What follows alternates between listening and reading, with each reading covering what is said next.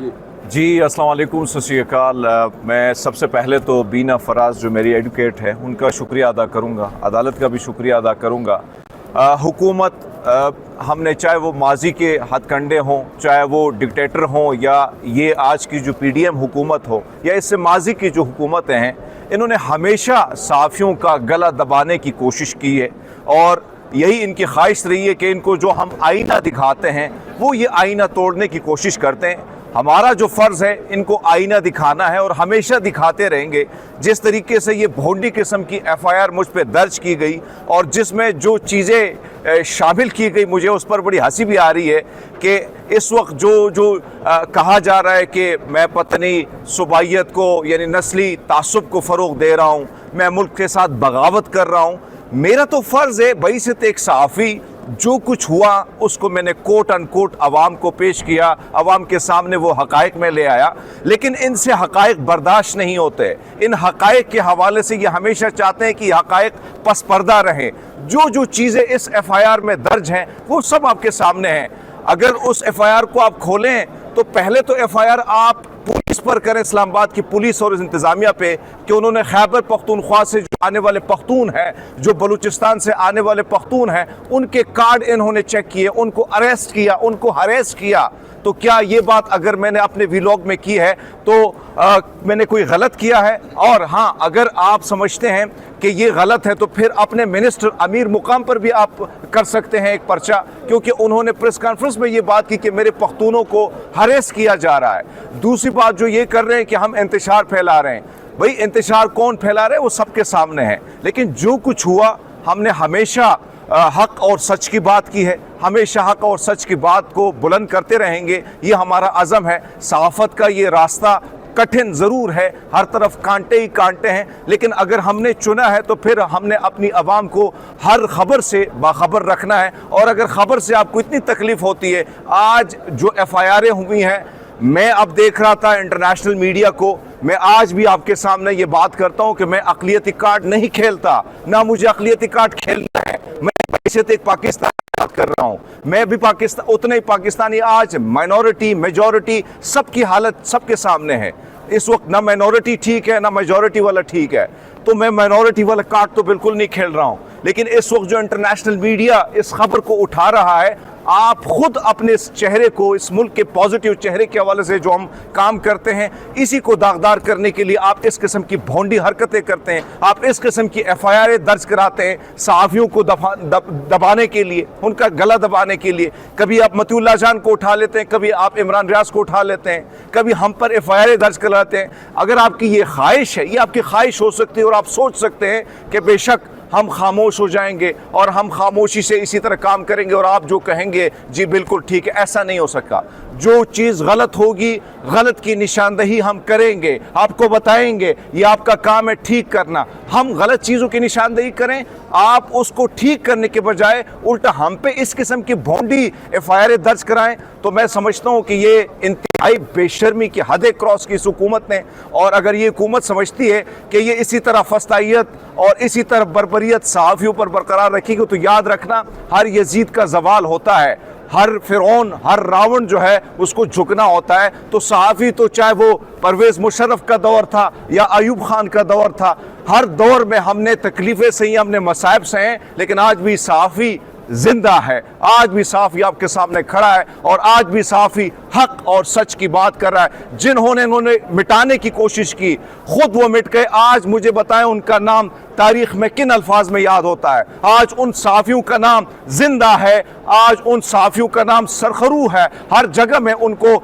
इज़्ज़त और एहतराम के साथ पुकारा जाता है जिन्होंने हक और सच की बात की। तो मेरे भाइयों, आप सबका, तमाम तर इंटरनेशनल मीडिया का, आप तमाम तर सहाफ़ियों का मैं शुक्रगुजार हूँ, तमाम तर सोशल एक्टिविस्ट का, तमाम तर वकीलों का, तमाम तर दीगर बरादरी के लोगों का, अपनी सिख बरादरी का, भर में बैठे हैं, मेरे लिए आवाज़ बुलंद कर रहे हैं। मैं आप सबका बहुत बहुत शुक्रगुजार हूँ। Thank you. आज की session district and session court में मौजूद हैं हरमीत साहब की एक भूंडी किस्म की एफआईआर, एक फॉल्स फ्रिवोलस किस्म का केस, उसकी प्री अरेस्ट बेल में हम मजूगा साहब की कोर्ट में पेश हुए हैं। और बात यह है कि ये आज के दौर की बात तो है नहीं, یہ اگر اس حکومت میں اس دور میں ایسا ہو رہا ہے تو اس سے پہلے بھی ایسا ہوتا آ رہا ہے.